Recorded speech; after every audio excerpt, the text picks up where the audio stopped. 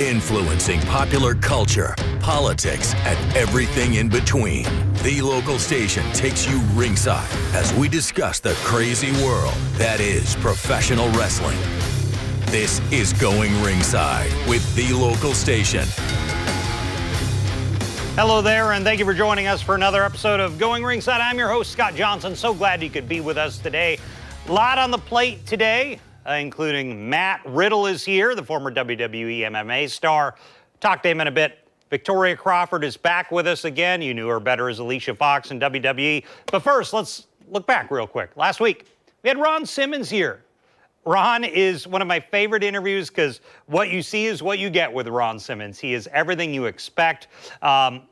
I would recommend going back. We talked to him a little about things like his feud with Vader, an unofficial agreement for them to beat the crap out of each other. Also, he talks a little about Mark Henry. You want to hear what he has to say about Mark Henry with respect to how tough he is, how scary of a fighter he is.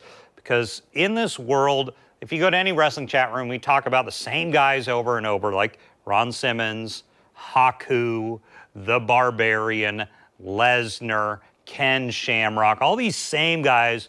No one ever mentions the world's strongest man, Mark Henry. Go back and check out what Ron Simmons has to say about Mark Henry. It was really interesting to me, and maybe I think shakes up that whole conversation.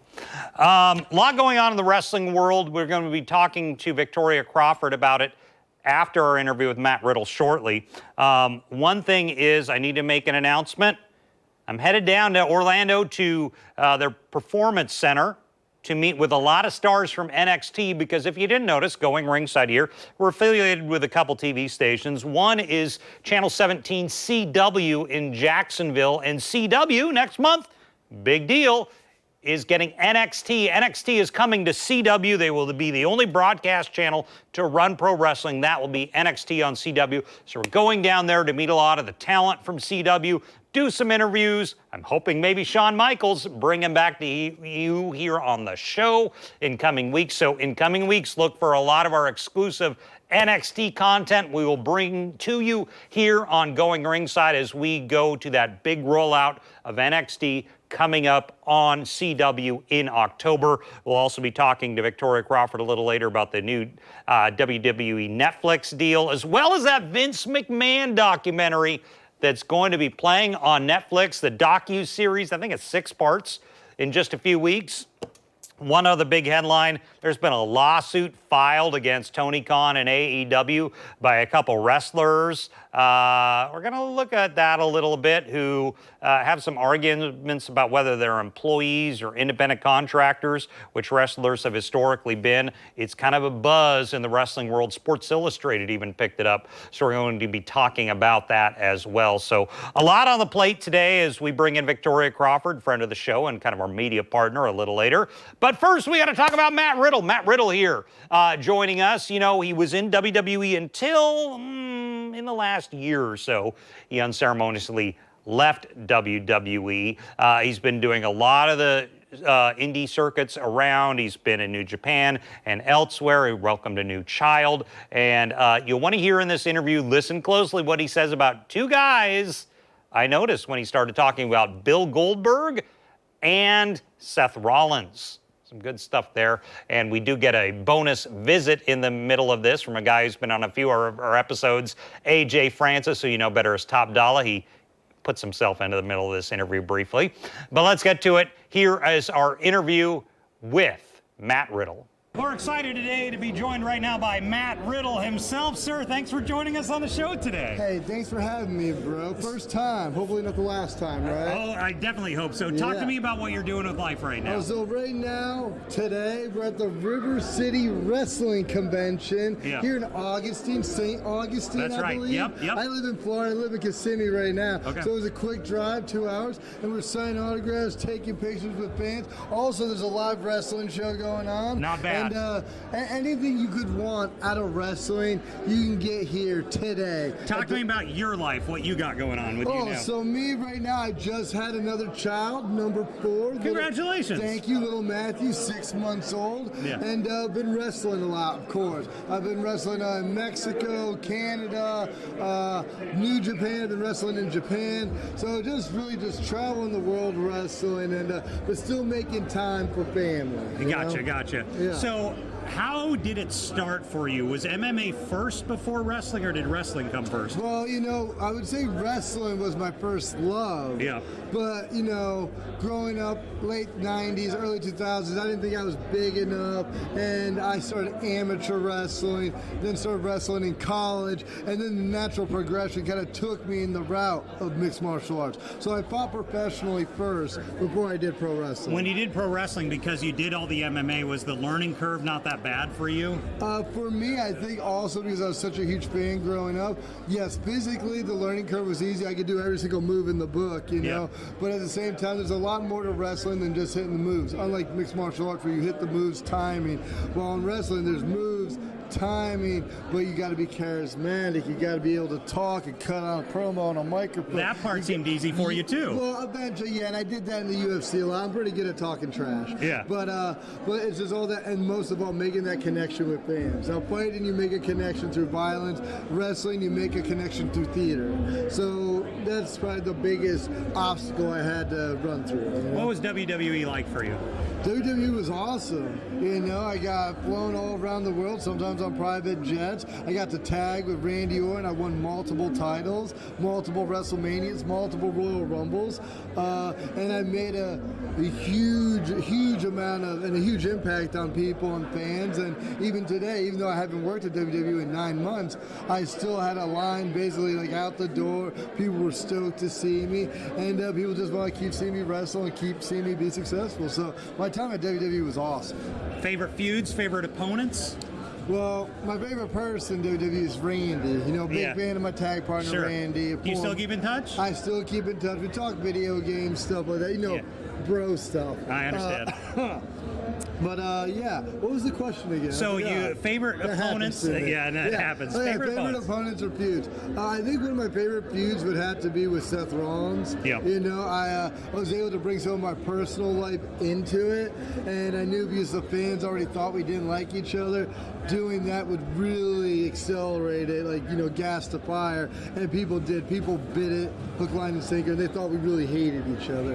And for me, that's what I kind of like to do in wrestling. I like to blur that line. I want you to not know if it's real or if we like each other, because that's where the money's That's made. kind of how you've been doing it throughout your whole career, and it's worked for you. It's worked really well. Don't get me wrong, I've ruffled some feathers. I know Bill Goldberg wasn't a huge fan of me, and even Seth wasn't a huge fan of me. Roman wasn't. Well, let me back up. Let me start Randy with. wasn't. I talk a lot of trash. So. I want to start with Goldberg. Yeah. Goldberg wasn't a big fan of you. Willie G wasn't a big fan. He said he wasn't. My bro. This is my bro. There's Top another dollar. bro. I am a fan of Riddle. Yeah. I'm a Riddle guy. Yeah. He's a Riddle guy. I'm an AJ Francis guy. I gotcha, You know what I I'm gotcha. saying? But yeah.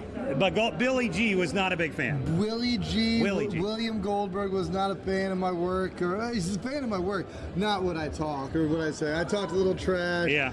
stirring the pot. You included Seth Rollins in that. Yeah, well, I technically did talk that trash. That was my ex-wife, and I had to forget, say sorry for her on her behalf because Seth was pretty unhappy with what she said. Okay. And I don't want to go into detail. That was pretty mean.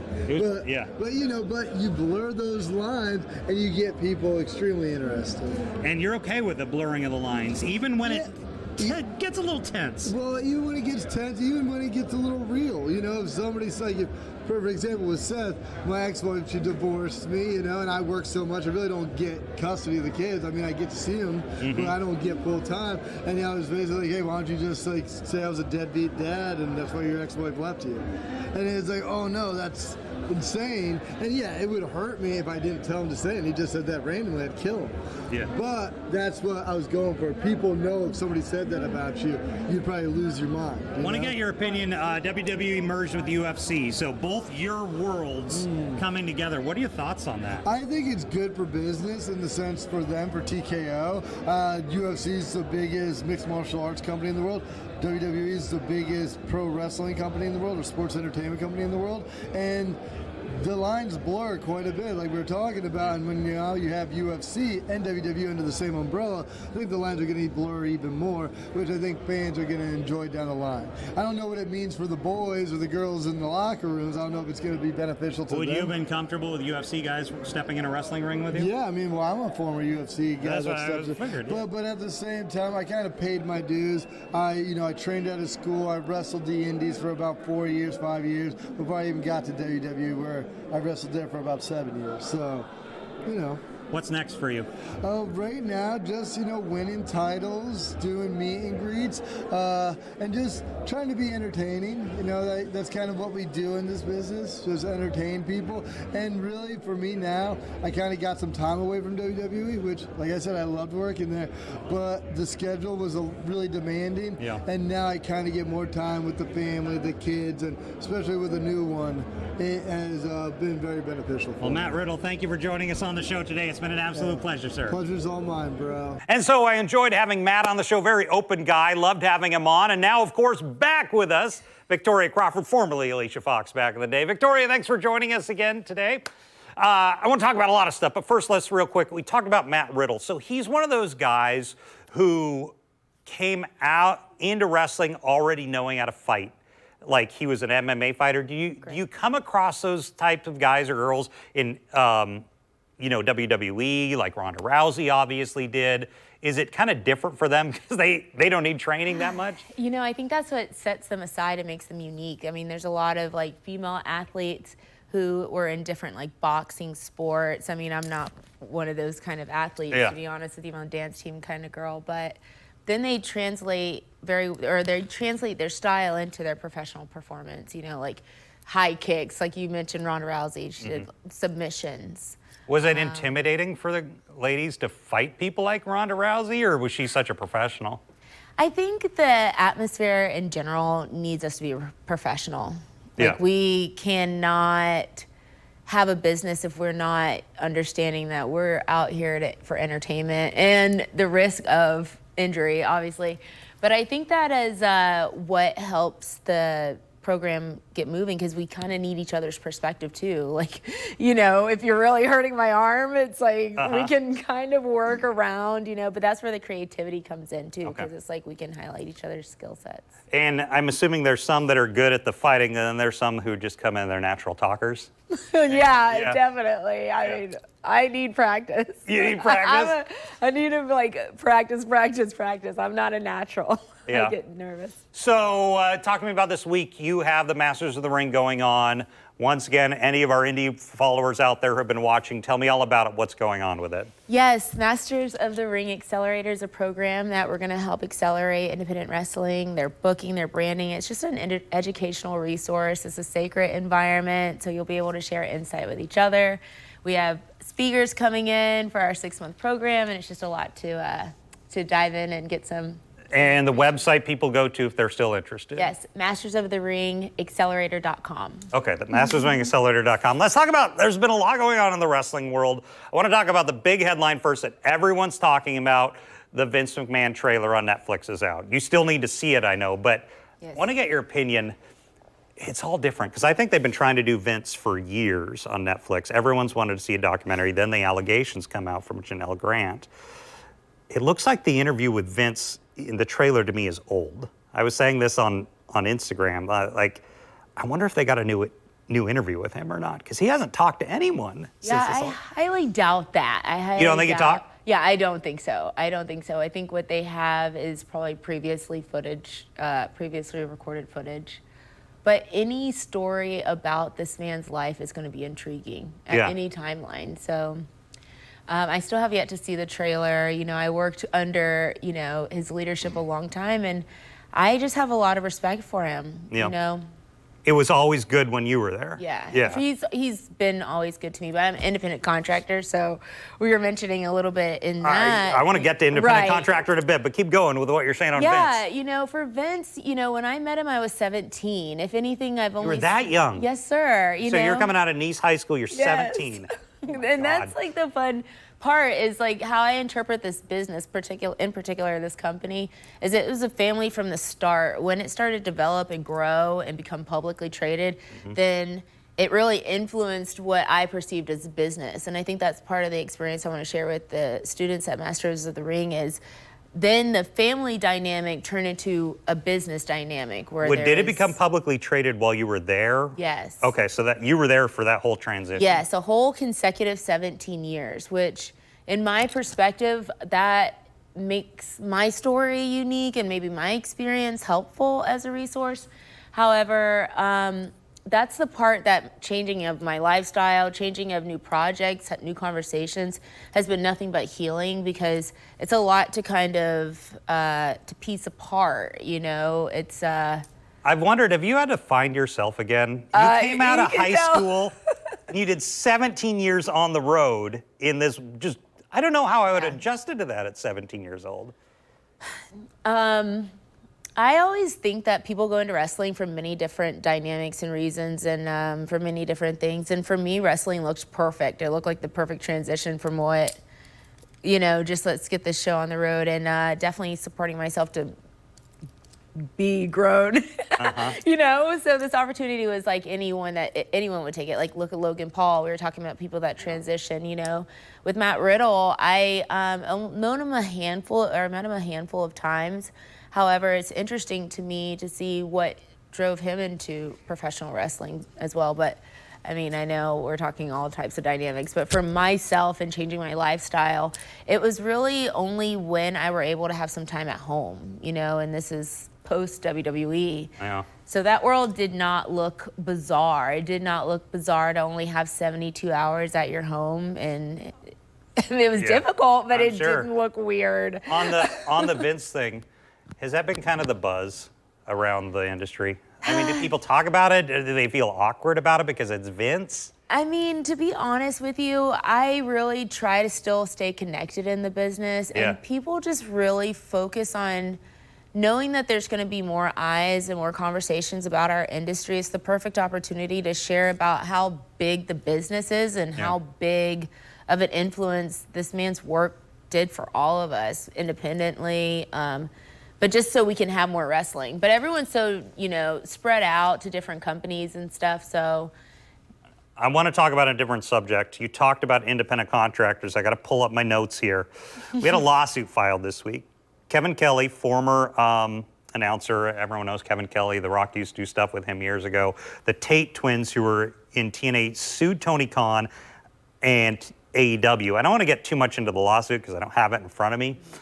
But the whole debate is over whether or not they're independent contractors or employees. That's been a debate in the industry, hasn't it? Yeah, I can agree with that. That's How been so? a debate. Well, okay, because I guess in the end of the day, when it comes to paying your taxes, we have to write off our hotels, our gear, our everything, which is a benefit, you know? Yeah. Now, geez, I mean, it just kind of, the one thing, if you're an employee, you probably get health insurance benefits. You also get options of like 401ks. There are options there, you know. I mean, I can't get into details because I don't have any of those. But, you know, as far as being an employee in WWE, it kind of would be nice to figure out a 1040 system if that's what you're, I mean, I don't know. It's an open debate. That's the thing. It's like, you know, but it's been that way for so long. And I think this lawsuit will get that debate probably going in the public sphere, I do want to talk about one other thing. So I haven't announced it here on the show this week. I'm heading down to Orlando to NXT because NXT is coming to CW. We're affiliated with the CW here at Going Ringside. We're going to meet with them. I want to talk to you a little about, there's a change in everything. NXT is going to CW. SmackDown is leaving Fox, going to USA. Raw is going to Netflix, which is like all new. And I think AEW is kind of up in the air. Will they be with Warner Brothers or not? That's the big question. What do you think about all this stuff? Like having Raw on Netflix. Do you think it's just all new world? I love it. Unless, you do? Well, you know, does Netflix do live streaming? I think this might be their, I think they have, but I think this is going to be their first real venture into it. And I know on CW, because that's our network that we're affiliated with, they want to do more live sports programming. So, but yeah, Netflix, I think this will be their first big venture into live stuff. And that's beautiful, because I think last week we were talking about wrestling really symbolizes life and business. You know, the way it moves, it's flexible and it transforms too. It's like, for instance, going on a streaming mega company like Netflix, it'll bring more eyes and more accessibility, because maybe some people can't afford cable or broadband, certain things. So or even overseas, you know, so. So one thing on the Netflix deal that fascinates me is WWE has always been regimented. They can only go so far because they're on either broadcast television or USA or whatever. Netflix is different. There's been talk of bringing back Attitude Era type stuff. Do you think they'll take advantage of that, knowing that they don't have limits that you have on regular television? I think for education and entertainment purposes, it would be great. It would be a great opportunity for them to like make some of the segments more dynamic. Whether I know some people were talking about the attitude, like blood, guts, like, you know. Yeah. But if swearing, yes, exactly. It's like, but if I reflect on the way diva matches were here and there to now they're having table, ladders, and chairs, main eventing some of their major programming on the weeks and stuff, that Netflix having like less limitations, it'll help the performer get more creative, more connected, you know. And again, with the accessibility of it being in more homes that way, I think that the fandom is going to change too. It might have a bigger piece in the whole atmosphere. Well, Victoria Crawford, thanks for joining us. We will be seeing you back here soon. And we'll see you back here next time on Going Ringside. This has been Going Ringside with The Local Station, brought to you every Wednesday on your favorite podcast player, on News4 Jax Plus, as well as the News4 Jax YouTube channel.